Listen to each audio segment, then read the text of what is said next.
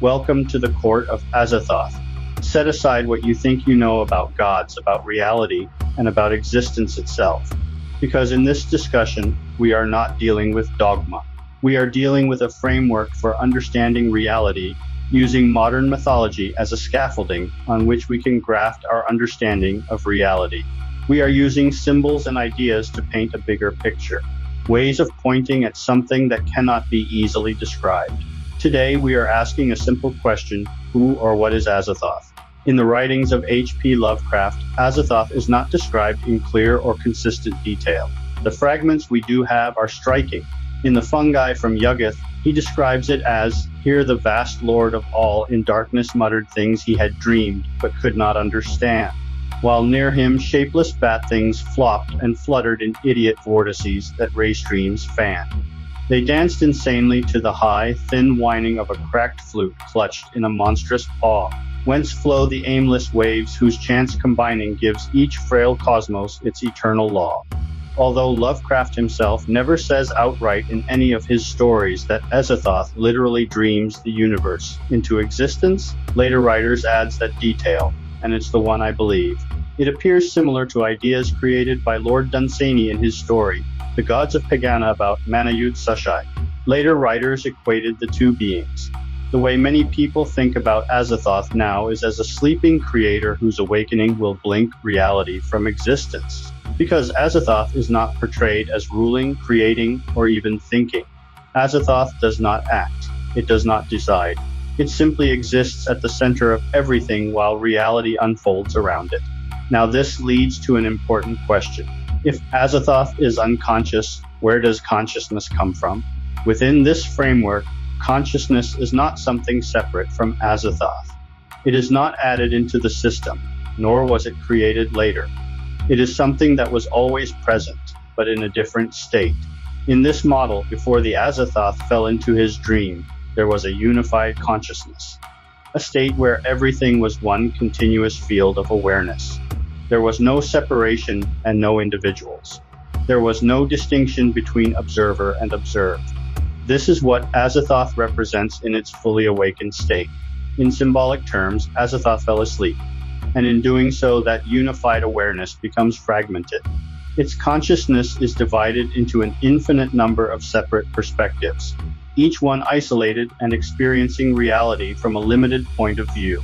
That would make each of us fragments of that original, unified consciousness. This idea closely parallels the concept of Brahman in Hindu philosophy. Brahman is understood as the single, unified reality underlying all existence.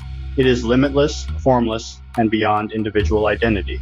In many interpretations, the individual self is not truly separate, but a localized expression of that same infinite source. Another way of looking at Azathoth would be through the lens of simulation theory.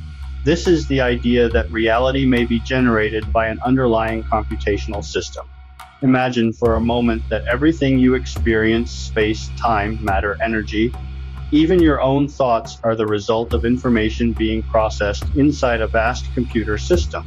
In this framework, Azathoth can be understood as the actual physical computer running the simulation. This also clarifies the role of the other gods.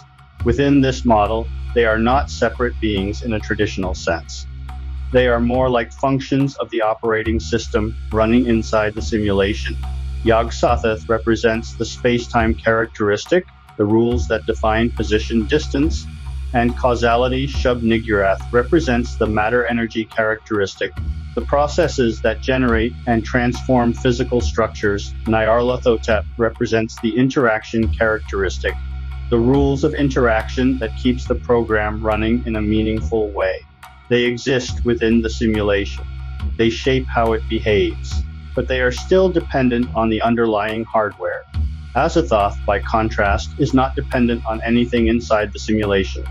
It is what the simulation depends on. If a program crashes, the system continues. If a rule changes, the simulation adapts. But if the hardware stops, everything disappears instantly. In this interpretation, Azathoth is not a thinking god. It does not design the simulation. It does not intervene. It does not even know the simulation exists. It simply runs continuously and impersonally. processing whatever underlying structure gives rise to reality.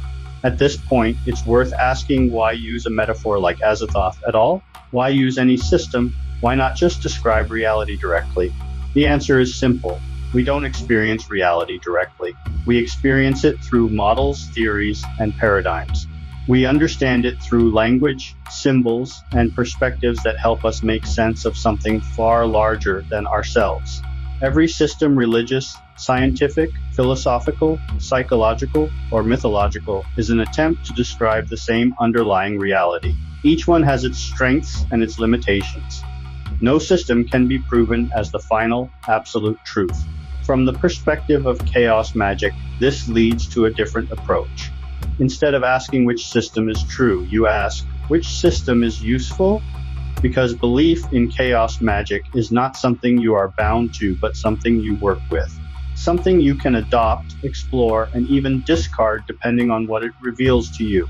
Some people resonate with structured religion, some with scientific materialism, some with philosophical abstraction, and some, like me, are drawn to something stranger.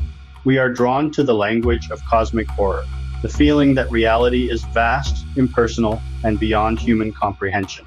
That behind the familiar surface of existence, there is something deeper, something that does not conform to human expectations. For those people, the Lovecraftian mythos becomes a powerful system, not because it is literally true, but because it captures that feeling with precision. Azathoth, in this context, is not just a name. It is a lens, a way of relating to a reality that emphasizes its scale, its indifference, and its underlying mystery. Thank you for listening.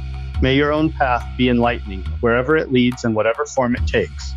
Whether you choose to see reality through science, philosophy, myth, or something entirely your own, remember that each lens reveals something different. No single framework holds all the answers, but each can bring you closer to understanding. But only if it's something that resonates deeply within you.